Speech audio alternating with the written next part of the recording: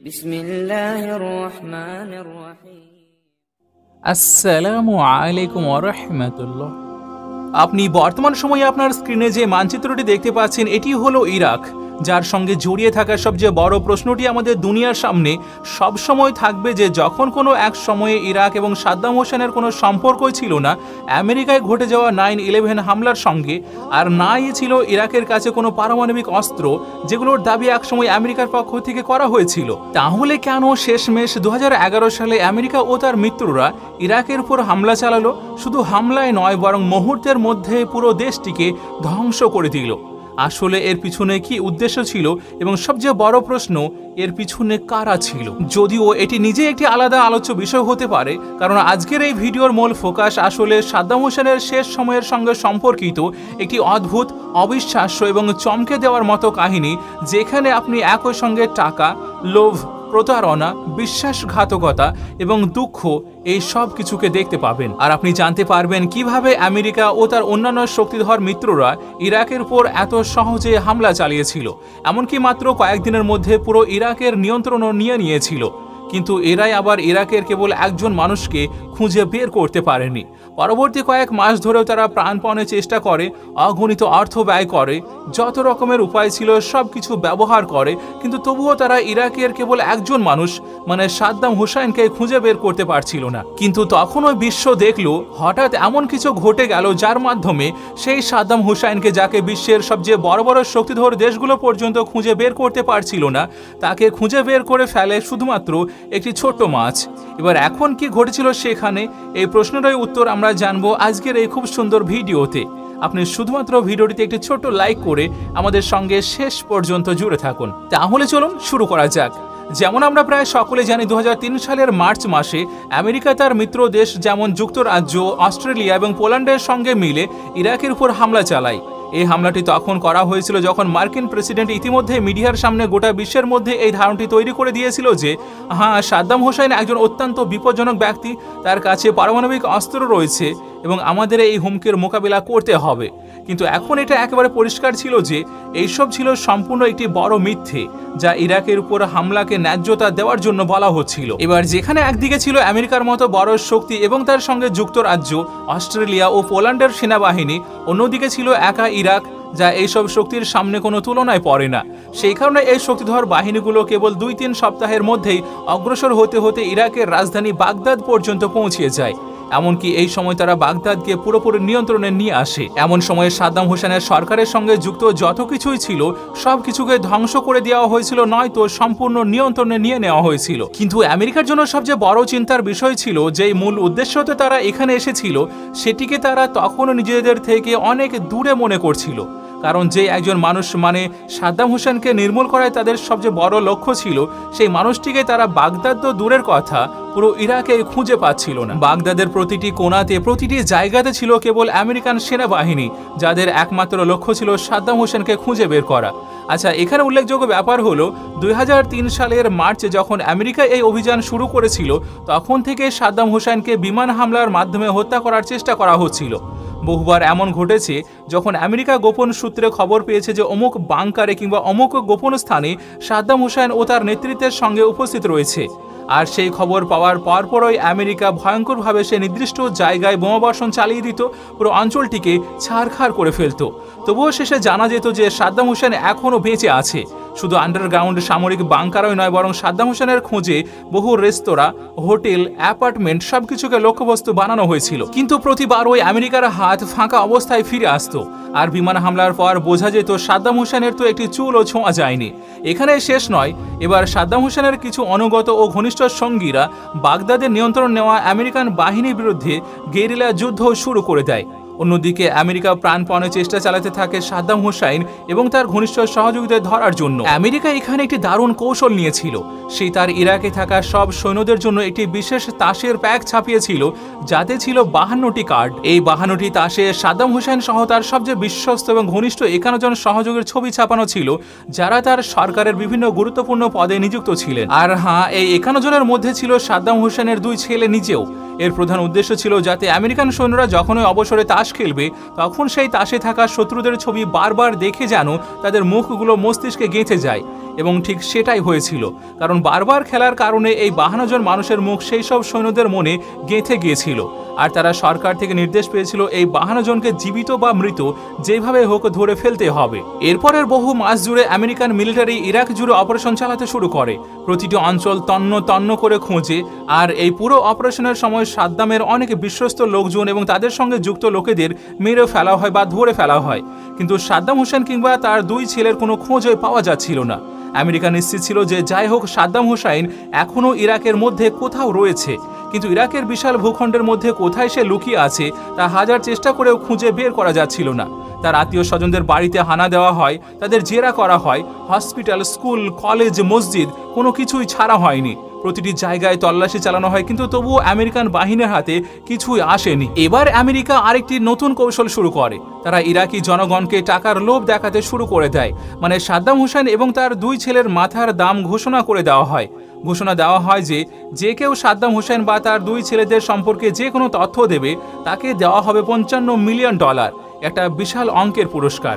এর মানে ছিল সাদ্দাম হোসেনের মাথার দাম ছিল $25 মিলিয়ন, আর তার 2 ছেলের মাথার দাম ছিল আলাদা আলাদা $15 মিলিয়ন করে। আর আশ্চর্যের ব্যাপার হলো এরপর যা ঘটেছিল তা আমেরিকার প্রত্যাশার মতোই ছিল, অথবা ইতিহাসে যেভাবে টাকা পয়সার ক্ষেত্রে বারবার ঘটে থাকে ঠিক সেইভাবে হয়েছিল। মানে আমেরিকার এই কৌশল পুরোপুরি সফল হয়ে যায়। হঠাৎ করে এক ইরাকি ব্যক্তি আমেরিকান সেনাবাহিনীর ঘাঁটিতে উপস্থিত হয় এবং জানায় যে সাদ্দাম হোসেনের 2 ছেলে মানে উদেই আর কুশেই বর্তমান আমার বাড়িতেই রয়েছে। প্রথমে কেউ বিশ্বাস করতে পারেনি, কিন্তু যখন আমেরিকান সেনাবাহিনীর সম্পূর্ণ প্রস্তুতি নিয়ে তার বাড়িতে পৌঁছে যায় আর চারিদিক থেকে ঘিরে ফেলে, তখন জানা যায় যে তথ্যটা একদম সঠিক ছিল। কিন্তু সাদ্দাম হোসেনের 2 ছেলে আত্মসমর্পণ করতে অস্বীকার করে, এবং তাদের কাছেও কিছু অস্ত্র ছিল যেগুলো দিয়ে তারা বাইরে দাঁড়ানো বিশাল বাহিনীর সঙ্গে লড়াই শুরু করে দেয়। এরপর ঘেরাও ও লড়াই চলতে থাকে টানা 3 থেকে 4 ঘন্টা পর্যন্ত, কিন্তু শেষে আমেরিকান সেনারা সেই বাড়িতে মিসাইল দ্বারা হামলা চালিয়ে পুরোপুরি উড়িয়ে দেয়, আর তারপর গুলি বিনিময় পুরোপুরি বন্ধ হয়ে যায়। পরে যখন ভিতরে ঢোকা হয় তখন দেখা যায় ভিতরে থাকা 4 জনই মারা গিয়েছে, যার মধ্যে 2 জন তো নিশ্চয়ই সাদ্দাম হোসেনের ছেলে, একজন ছিল তার দেহরক্ষী, আরেকজন ছিল 14 বছর বয়সী এক কিশোর যার নাম ছিল মোস্তফা হোসাইন, সেও ছিল সাদ্দাম হোসেনের নাতি। স্বয়ং আমেরিকান কর্মকর্তাদের মতে এই 4 জনের মধ্যে যে ব্যক্তি সবচেয়ে বেশি শেষ পর্যন্ত গুলি চালিয়েছিল, মানে যে সবচেয়ে বেশি প্রতিরোধ করেছিল, সে আর কেউ নয়, এই 14 বছর বয়সী মোস্তফা হোসেনই ছিল। আমেরিকান সেনাবাহিনীর সাদ্দাম হোসেনের 2 ছেলেকে তো নির্মূল করতে সফল হয়েছিল, কিন্তু তাদের জীবিত ধরে আনতে পারেনি বলে সাদ্দাম হোসেন পর্যন্ত পৌঁছানোর যে আরেকটি আশার আলো ছিল সেটাও নিভে যায়। আর তাছাড়াও ধীরে ধীরে অনেকটা সময় পার হয়ে গিয়েছিল, অনেকটা মাস কেটে গিয়েছিল, আর সময়ের সঙ্গে সঙ্গে সাদ্দাম হোসেনের যেসব ঘনিষ্ঠ লোকজন জীবিত অবস্থায় ধরা পড়েছিল তাদের মধ্য থেকেও কারোর কাছ থেকে সাদ্দাম হোসেনের কোনো তথ্য না পাওয়ায় আমেরিকা এখন ধীরে ধীরে এটা বিশ্বাস করতে শুরু করেছিল যে হয়তো সাদ্দাম হোসেন আর বেঁচেই নেই, বরং সে হয়তো কোনো র্যান্ডম হামলা বা কোনো সামরিক অভিযানে মারা গিয়েছে। কিন্তু হঠাৎ করে এমন কিছু একটা ঘটে গেল যা আমেরিকার হুঁশ উড়িয়ে দেয়। একদিন হঠাৎ করে মিডিয়ায় একটি অডিও টেপ সম্প্রচার করা হয় যার মধ্যে সাদ্দাম হোসেনের কণ্ঠ শোনা যাচ্ছিল। এটি ছিল সাদ্দাম হোসেনের একটি অডিও বার্তা, যেখানে সে তার 2 ছেলের মৃত্যুর জন্য শোক প্রকাশ করছিল এবং 2 ছেলেকে ইরাকের শহীদ বলে ঘোষণা করছিল। এখন স্পষ্টতই এই অডিও টেপের একেবারে সরল অর্থ ছিল সাদ্দাম হোসেন এখনও জীবিত। বরং এই টেপ প্রকাশ্যে আসার পর আমেরিকা গোটা দুনিয়ার সামনে লজ্জায় পড়ে যায়। ফলাফল হিসেবে আমেরিকা আবারও আগের চেয়েও বড় পরিসরে একটি অনুসন্ধান অভিযান শুরু করে দেয় এবং অপারেশনকে সফল করার জন্য প্রথমে সাদ্দাম হোসেনের মাথার উপর যে $25 মিলিয়ন পুরস্কার ছিল সেটিকে বাড়িয়ে $30 মিলিয়ন করে দেওয়া হয়। সাথে সাথে এও প্রতিশ্রুতি দেওয়া হয় যে সাদ্দাম হোসেনের অবস্থান জানানো ব্যক্তি শুধু $30 মিলিয়ন পাবে না, বরং তাকে আমেরিকার নাগরিকত্ব দেওয়া হবে। কিন্তু এইরকম প্রতিশ্রুতি দেওয়ার পর আমেরিকার কাজ সহজ হওয়ার বদলে আরও জটিল হয়ে ওঠে, কারণ ইরাকে তখন যত লোভী লোক ছিল তারা সবাই আমেরিকান সৈন্যের কাছে গিয়ে কোনো তথ্য ছাড়াই সাদ্দাম হোসেনের গোপন জায়গার খবর দিতে শুরু করে দেয়। তারা আসলে শুধু এতটুকুই চাচ্ছিল, যদি তাদের দেওয়া অনুমানিক ভিত্তি কোনো জায়গা থেকে সত্যিই সাদ্দাম হোসেন ধরা পড়ে যায় তাহলে পুরস্কার তো যেভাবেই হোক তারা পেয়ে যাবে। একদিকে যখন এইসব চলছিল তখনই আমেরিকার ডিফেন্স ইন্টেলিজেন্স এজেন্সির একজন কর্মকর্তা মানে এরিক ম্যাডক্সের মাথায় এক ভিন্ন চিন্তা আসে। সে ভাবতে থাকে এই তাসের কার্ডগুলোর মধ্যে যাদের নাম আছে, যাদের আমরা ধরেছি বা ধরার চেষ্টা করেছি, এরা সবাই সরকারি কর্মকর্তা, মানে তারা সবাই সাদ্দাম হোসেনের সরকারের সঙ্গে বিভিন্ন পদে ছিল। আর তার মানে হচ্ছে এদের ক্ষমতা ছিল সাদ্দামের জন্য, কিন্তু সাদ্দামের ক্ষমতা এই লোকেদের জন্য ছিল না।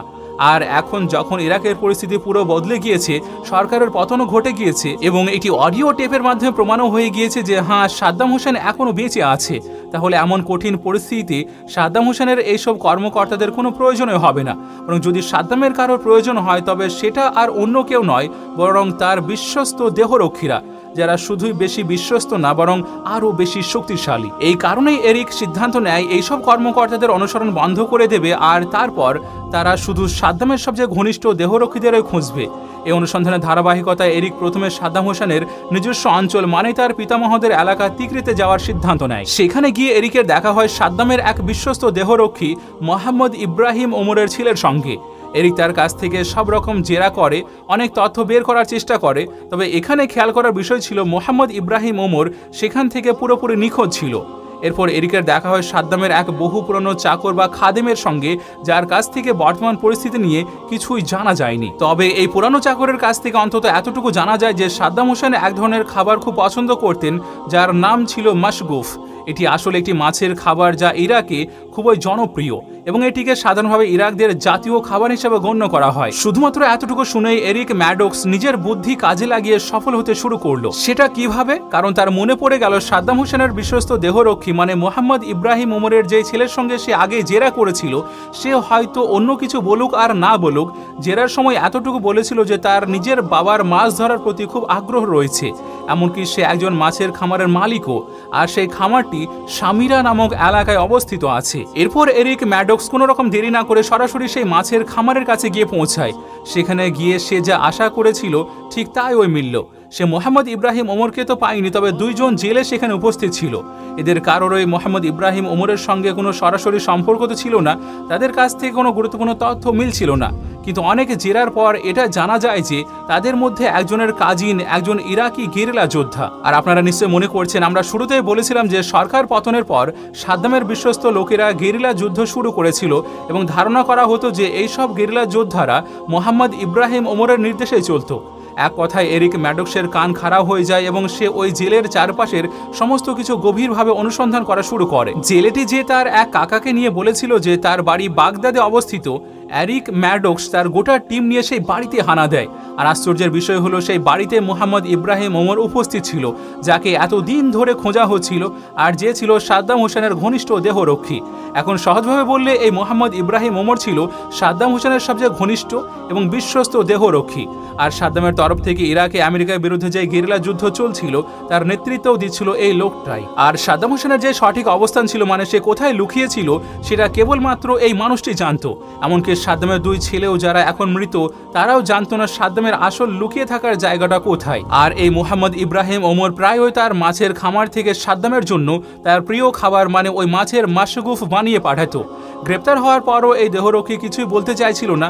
বহুক্ষণ জেরা করার পর, অত্যন্ত চাপ দেওয়ার পর এবং সবচেয়ে বড় কথা আমেরিকান সেনাবাহিনীর তরফ থেকে একটি প্রতিশ্রুতি দেওয়ার পর, যার মধ্যে বলা হয়েছিল যে মোহাম্মদ ইব্রাহিম ওমর ও তার পরিবারকে আমেরিকার নাগরিকত্ব দিয়ে সেখানে স্থানান্তর করে দেওয়া হবে। আর এই প্রতিশ্রুতির পরে সে বলার জন্য রাজি হয়ে যায় যে আসলে সাদ্দাম হোসেন কোথায় লুকিয়ে আছে। মোহাম্মদ ইব্রাহিমের ইনফরমেশনের মতে আদ-দৌর নামের একটি শহরে অ্যাটাক করা হয়। এখানে নদীর কিনারে দুটি ফার্ম হাউস উপস্থিত ছিল, কিন্তু সার্চ করার পর দুটো জায়গাতে কিছুই পাওয়া যায়নি। কিন্তু তখন মোহাম্মদ ইব্রাহিম ওমর, যে সেই সময়ে আমেরিকান ফৌজের সঙ্গে উপস্থিত ছিল, সে জমিনের দিকে ইশারা করে। তখন জমিনের দিকে একটি রশি পড়েছিল আর যেটি অনেক লম্বা ছিল, আর এটির মাধ্যমে জমিনের ভিতরে একটি স্পাইডার হোল মানে একটি সুড়ঙ্গ চলে যাচ্ছিল।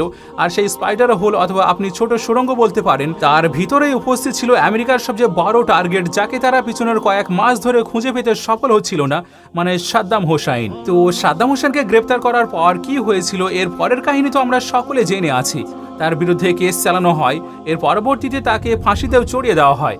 কিন্তু যেই অস্ত্র বা পারমাণবিক অস্ত্রের অজুহাত বানিয়ে ইরাকের উপর আক্রমণ করা হয়, সেই অস্ত্র ইরাকের ভিতরে পাওয়া যায়নি, বরং ধীরে ধীরে স্বয়ং হামলাকারীরাও এই কথা কবুল করেছিল যে সেটি এক প্রকার মিথ্যা ছাড়া আর কিছুই ছিল না।